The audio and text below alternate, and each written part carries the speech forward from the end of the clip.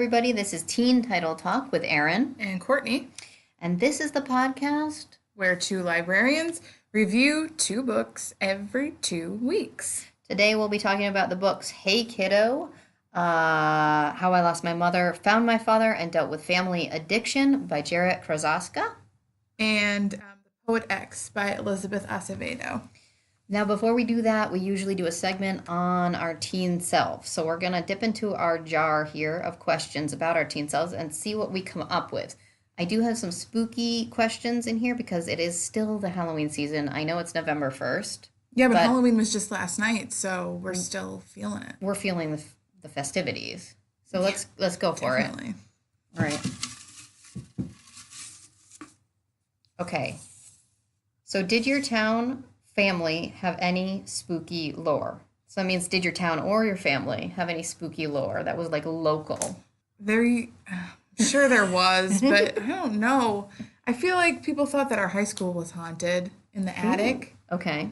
but No one knew why or by who. exactly, there wasn't like a story that went along with it. It was just something about a pentagram and a haunting. It did burn down in 1974. And The school? And they rebuilt it. Oh, okay. But nobody died. And why didn't you research how it burned? Did you know how it burned? It was an accident, some kind of like, for some reason the soccer team is coming to mind. They didn't set fire to the building, but something happened sports-wise. Uh-oh. I don't remember why. You know what? Maybe someone was smoking. That's Or probably what it is in maybe- 1975. Right? Smoking their cigarette threw in the trash. Yeah, exactly. The whole building burned down. They had to redo the whole thing. And this has nothing to do with spookiness. That's okay. It's But- still creepy. So for like the next 2 years, they had school all year long, but in shifts. Whoa. So like, I'm trying to think of how they did it. But you might have to go to school during the summer, but you might be off in the winter. Interesting. Yeah. Okay. What year was that? 75, you said? Oh, wow. Okay. That's a bummer. Anyway, but I don't know about spooky lore. What about you? I had one, and again, it's pretty vague. So there was a lore of the pig man. That's so much better than mine. And it was near my house, which was extra creepy. Oh So my it was gosh. in Northfield. I lived in Moortown, but whatever. It's the same like dirt road, Is it a man dirt that's a patch pig? road. Yeah. So it's man that's he's like half pig. I Oh my can't gosh. describe him exactly, but he has a pig head I'm envisioning him. and a human man body And pig feet. and probably pig feet and maybe pig hands. And I think that he was like farmer dressed, possibly. I don't know. He looks a lot like that pig from that children's show. Except horrifying. Which one am I thinking of? I don't know. All I'm thinking of is Looney Tunes. That's the only thing that I can think of with Oh, pigs like in it. Porky Pig. Yeah. Right, maybe. But he lived out on the Devil's Wash Bowl, and What's that? it's a road. Oh. Yeah, and it sounds scary, right? So there's Yes. like there was a bison farm. Maybe it was a pig farm. That would make more sense. In my brain, there's a bison farm. And he lived there, and you wouldn't want to go out there skipping class or whatever. Did he live in the wood? Like No, in the like in fields? the barn. I think maybe it was his home. And then he would eat the children if they're out there skipping class. Did it ever actually deter I don't you know from if skipping no. class? Well, no, and I wasn't over there anyway. Oh. I wasn't in that school district. When I went to school, it was over because it was a conglomerate, right? A bunch of school towns had to go together because of small areas. And so, the rural areas all get together for high school, like Yeah, six right. different towns in one Yep. high school. And so when we skipped class, it was not at the Devil's Wash Bowl. But maybe Northfield kids did, and maybe they got abducted, and maybe they have never been seen again. But I'm not sure about that. Anyone from Northfield have anything to add to this? Yeah, Wanna maybe they'll know. Have you seen the pig man? Oh, you know what? Super Y. That's the show I'm thinking of. With the pig? He's a cute little pink pig, but he's dressed as a Oh, yeah. farmer Yep. or a construction worker. This Whatever. pig man Same is thing. not cute. He's horrifying. Yeah, I'm thinking maggots are crawling out of his sleeves. Oh, he's like, I got I it. don't I got know. you. He's Maybe. terrifying. Well, yeah, he's not Also, cute. he's a man-sized pig. That is gross, right? It's Yes. Like, ugh, I'd run. All right, let's dig up the next one. Your turn. Question 2. Here we go. Into the bowl. Okay. Oh, did you ever go into a haunted house? No. No. Well, Well, does the question mean a real haunted house or just like a thing you haunted think is haunted? house for fun? So I went into a place that was creepy. I went to the Valley Players, right? And I'm sure they're like, this is not creepy. But the Oh, is that Valley an old Players was an theater? old theater. That was like a community theater. It's small. It's a little brick building. And up on the top floor was the Odd Fellows meeting space. So that's like a branch of something, maybe the Masons. I'm not entirely Oh, 100% yep. sure. They have this interesting symbol on their door. And a couple of my friends and I were up there, up on the top floor, digging into costumes or something for some show. And I don't remember which one it was. But of course, teenagers are, rude and reckless. And so we used one of the hangers to get the door open. And we went in, and there were like, of course, to us, it was so creepy. There were like three chairs, one like sort of throne like chairs, and there was some sort of spear. Thrones? What is I don't think this? they were really, they might have just been nice chairs. It Okay. seemed creepy to us. And we, of course, when you break into a place, Oh, everything you is feel a little bit creepier. creeped out anyway because your adrenaline's pumping, right? You're not supposed to be in there. That's the fun of it. We closed the door up, and I don't know if we got it back locked because it wasn't a very good lock, and I don't know how we would have done that. We probably just closed it and pretended it never happened. I'm not sure. Maybe we sent somebody out the other side. I don't know. In any case, it was super creepy, and my hands were like, when your hands feel numb after doing it. I don't know. Maybe that's just me. I don't know. My hands feel numb sometimes, but It's from not that. for that. When you break into a place and all of a sudden you're like, oh my gosh, I don't break into too many places, so I can't I say think it happens that's- too often. That's good. I want to just state that I don't in present day anymore. This is like circa 1999 or something like that. Right. So I am not going to break into anything unless it's an emergency and I have to, Excellent caveat. right? Yes. Get in there to save lives. Well, basically. you gotta. Yeah. It's a good thing you have those skills. Right. Good point. Yeah. So how about you? Haunted houses or creepy places you I walked only, into? I only went to haunted houses that were meant to be haunted. Oh, like houses. Screamfest or something? Right, stuff like that, Mm-hmm. which I did like. The best one we ever went to was one in Gloucester, which is in a giant, well, it might not be a giant castle. mansion? Oh. Seemed like a giant castle. It is a Ooh. castle. I don't know Gloucester, what it's Mass. called. We're talking about. Yes, Gloucester, Okay, cool. Massachusetts. Mm-hmm. Yes, not Gloucester in Wherever England. else. Or wherever else there might be one. I have this memory of the castle being like on the water. I think you're right. I know there is a castle down there. And they 'cause- do like a haunted castle right. every year. That's really cool. It is cool and Okay. it's pretty scary. Okay, cool. I had a few heart attacks. And it's not based on like, oh, these are true ghost stories. It's not a haunted place. They They're just no.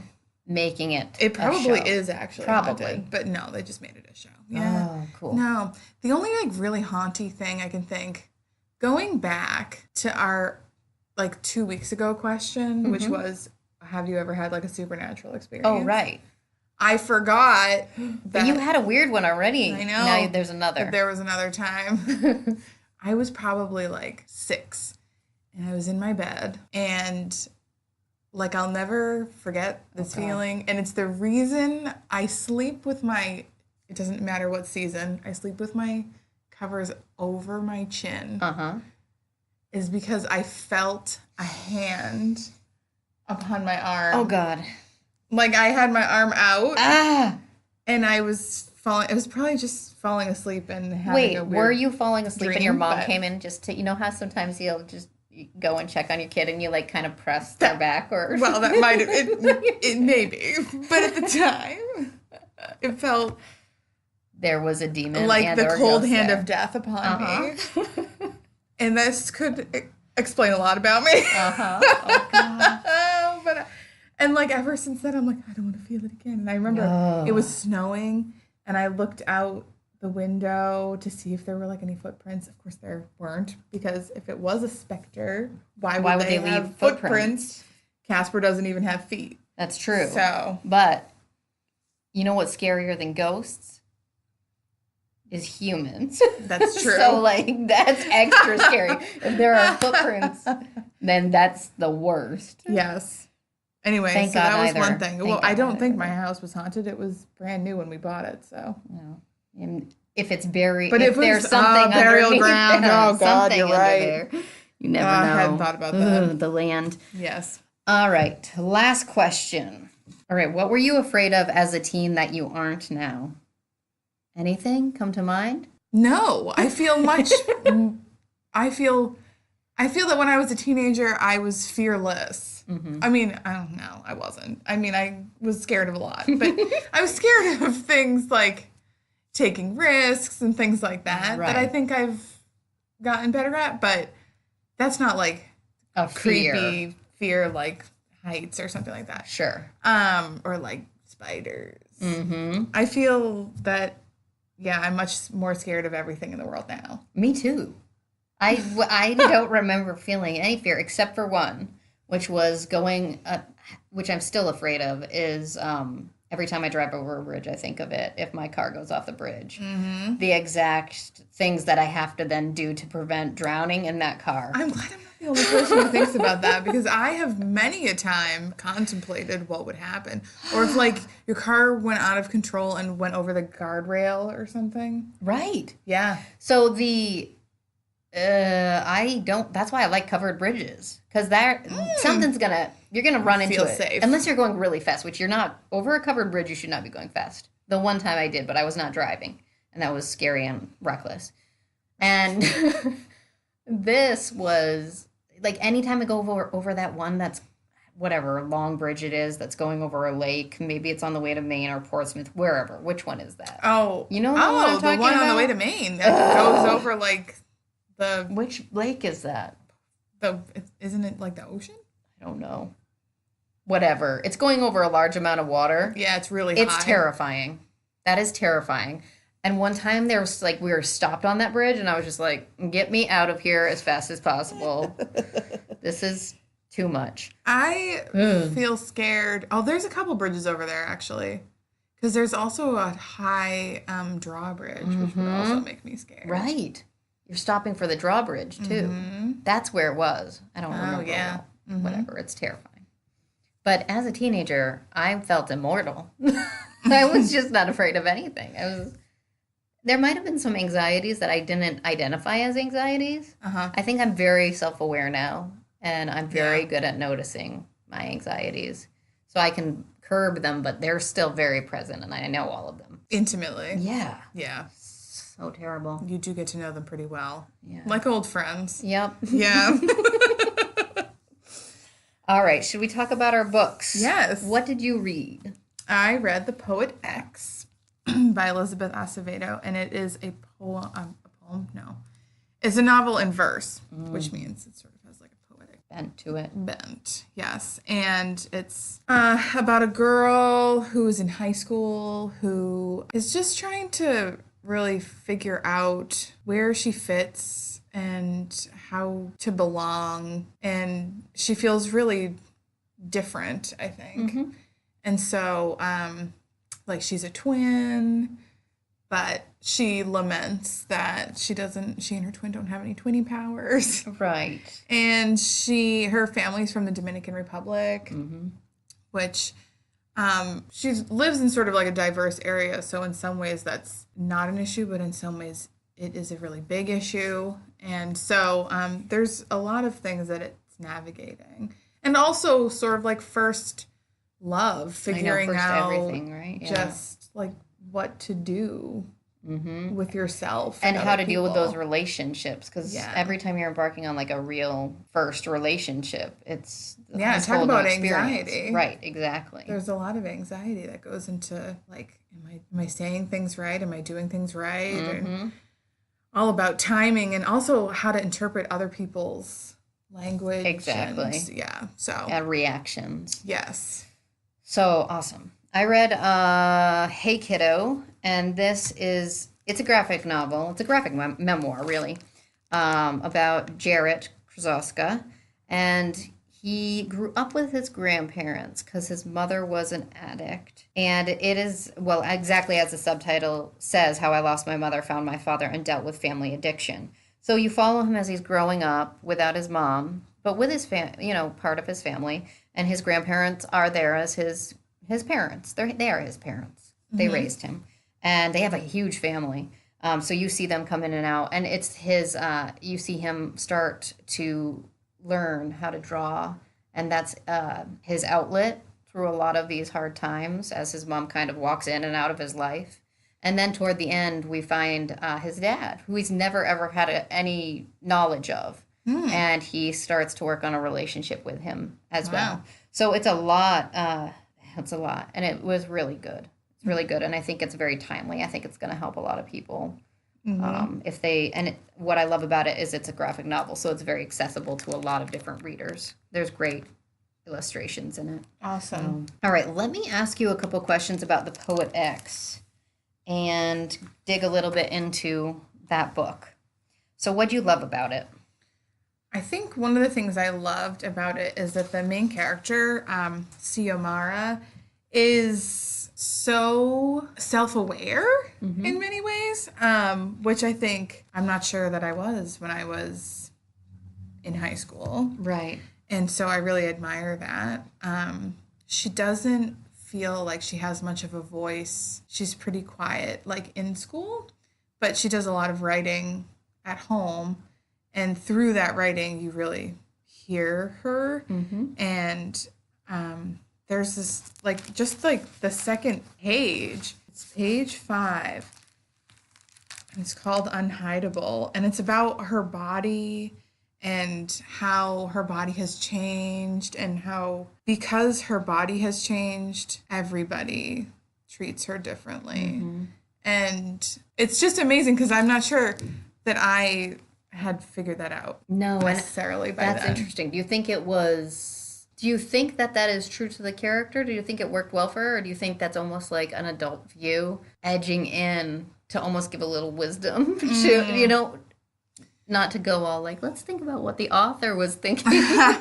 Well, I think it's possible that some of it is sort of an adult perspective, but I do think it feels a lot like the character. It's very authentic. It feels very authentic, yes, because she gets catcalled, and she gets, I don't know, I mean, not even just verbal, but people touch her, people are interested in her positively, negatively, however. Oh yeah, there's a lot of mixed feelings about it too. Right. And so her body and her physical space that she's taking up does play a really big part of who she is and who she's becoming. So I think it's definitely not out of the realm of understanding that she could have done that. Oh yeah, and that she would be running into that all the time. All the time, right. Yeah. Was there a most painful part for you? Instead of a moment, I guess I would say that I think the most painful thing or theme overall is her mother's reluctance to accept her for who she is. Gotcha. Yep. Rather than trying to fit her into something that either that her mother wishes she herself was able to do, or that doesn't conform to this idea, the super religious kind of ideal that her mother has for her. And Xiomara is really strong and powerful in the sense that she finds agency and is able to resist all of her mom's intentions and intentions. But I think that's the most painful, because I don't know. It's like she's trying to mold in the world. Her. Right. You want your parents to be on your team. God, I know. That's for sure. And I know a lot of times parents have such good intentions, but it's just really not helping. You just got to accept the kid for who they are. And, and they're really cool. And when I read that, I love the main character so much. She was so great. I was like, wow, how could you want her to be anything else? But it's different. I don't know. All right. Who would you have lunch with from the book, if you could? Who would you like to sit down with? Probably the main character, Xiomara. I think I would definitely want to meet her. I would want to hear her voice, and I would want to hear her poetry, because I think it would be really awesome. She's really talented, and she has a lot to say. I think I would probably be a little in awe, maybe. Oh, for sure. Because she just seems so self-possessed and cool. You're just like, I'm not as cool as you. how about, okay, so these books that we chose this time are on the short list for the National Book Award. Yeah. Give me 3 reasons you think it should win the National Book Award. Or 3 or less, 3 or more. However you want to, give me some reasons you think, yeah. Well, I think one reason that it definitely deserves to have been nominated is that it does provide a perspective that is not often heard. Mm-hmm. I think that that's really important. That call for we need diverse books is like taken hold, but we can't deny the fact that still Right. the great majority of books that are published and win awards, Right. Are primarily white authors. Right, exactly. Gotcha. So I think it's because it's really a great book and it's really well written, and it just so happens to also have a Latinx author. Yeah, right. Which I think is cool. And it's really good for everybody to read. And I think another reason is sort of the poetry aspect of it. Oh, yeah. Because I do think that people, myself included, tend to feel like poetry is really highbrow or inaccessible, and are really reluctant to allow themselves to like dive into it because they either feel like they're not smart enough to understand it, or it's got something that they won't get, which is not true. And the book, just by its very existence, shows that it's for everybody. Right. Which I think is cool. That's awesome. All right, now last one. I've read The Poet X, and I'd love some more books that are along the same lines. Can you think of any read-alikes that might fit that, Well, if you like novels in verse, okay, I would recommend, what's it called again? Inside Out and Back Again? Is that what it's called? Yeah, I think it's about a girl who has to leave with her family as refugees. Yeah. It won a Newbery, didn't it? Yes, it did. A while ago. Yeah, so it's aimed at younger readers, but honestly, it's a middle grade, but so good. All right, I'll take a look. I actually haven't read that one. Oh, it's really good. Okay, gotcha. So, all right, so okay. Thank you for your questions. You're welcome. Now I have some for you. What's up? All right, so your book is fairly, I guess with any sort of National Book Award book, we're going to get some heavy topics. Right, usually, yeah. Yeah. So when did you feel a turning point in the main character's story? Oh, let's see.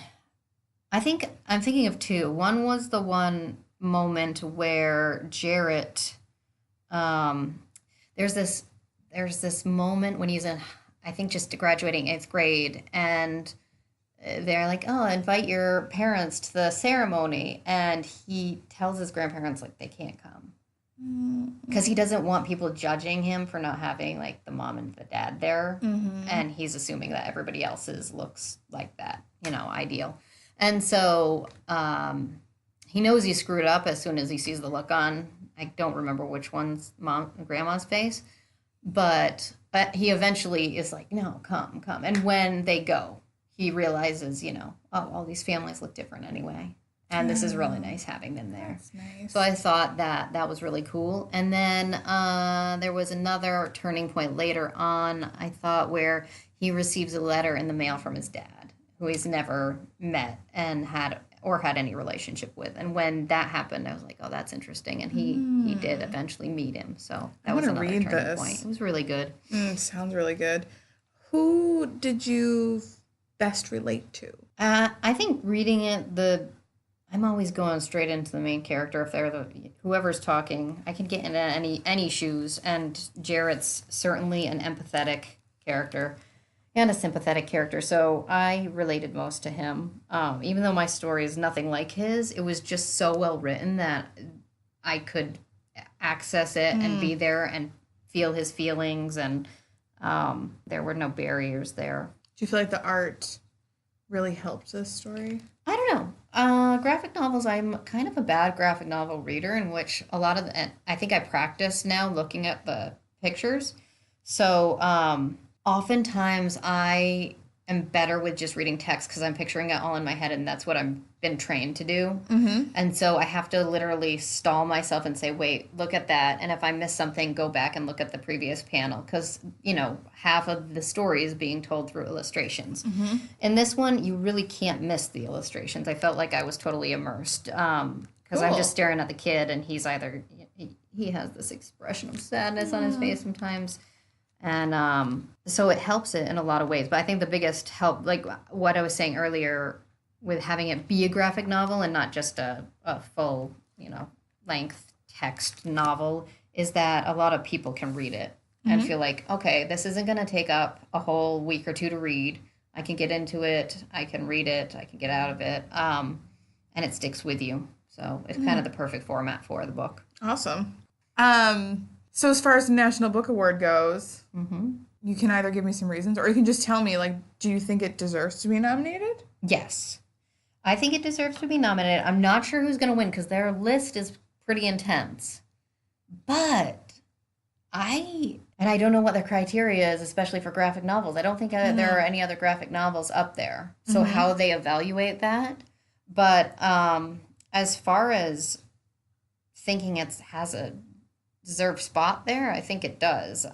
It's very timely. It could help a lot of families because whenever you're reading a book about a situation with addiction, when you give that to a kid and they realize, hey, this looks a lot like my life. Oh, I'm not alone. That's kind of a huge deal. So even if it doesn't win, I'm glad it's getting so much press that maybe more people find it. Yeah.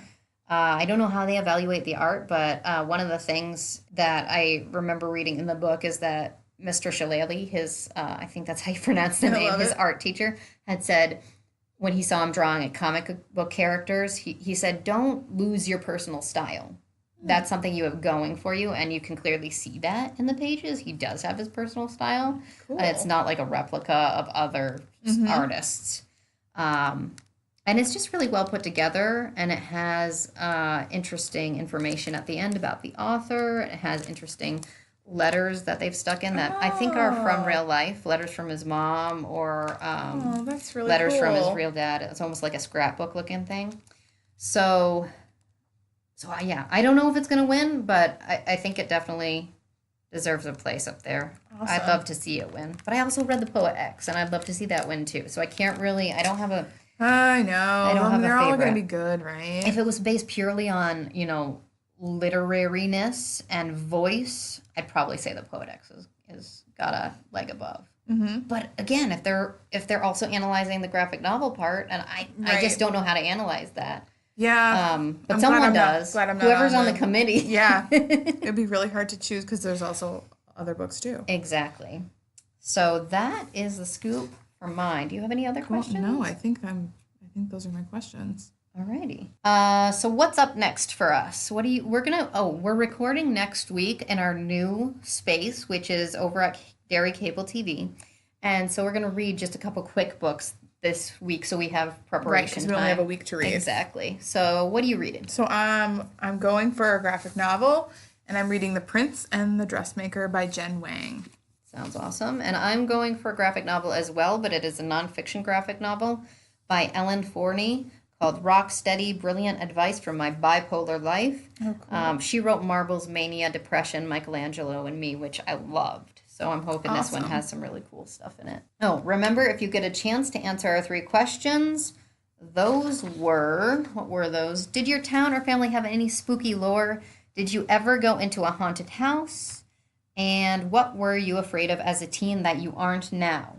If you get a chance to answer any of those, or if you have any questions about reading recommendations or library life, please write to us at teentitletalk@gmail.com, and we'll read a few of our listener responses next time. Thanks for joining us for Teen Title Talk. This podcast is brought to you by the Derry Public Library, and next week also by Derry Cable TV, and our music was provided by Bandit Starling. Thank you very much. Until next time. Bye.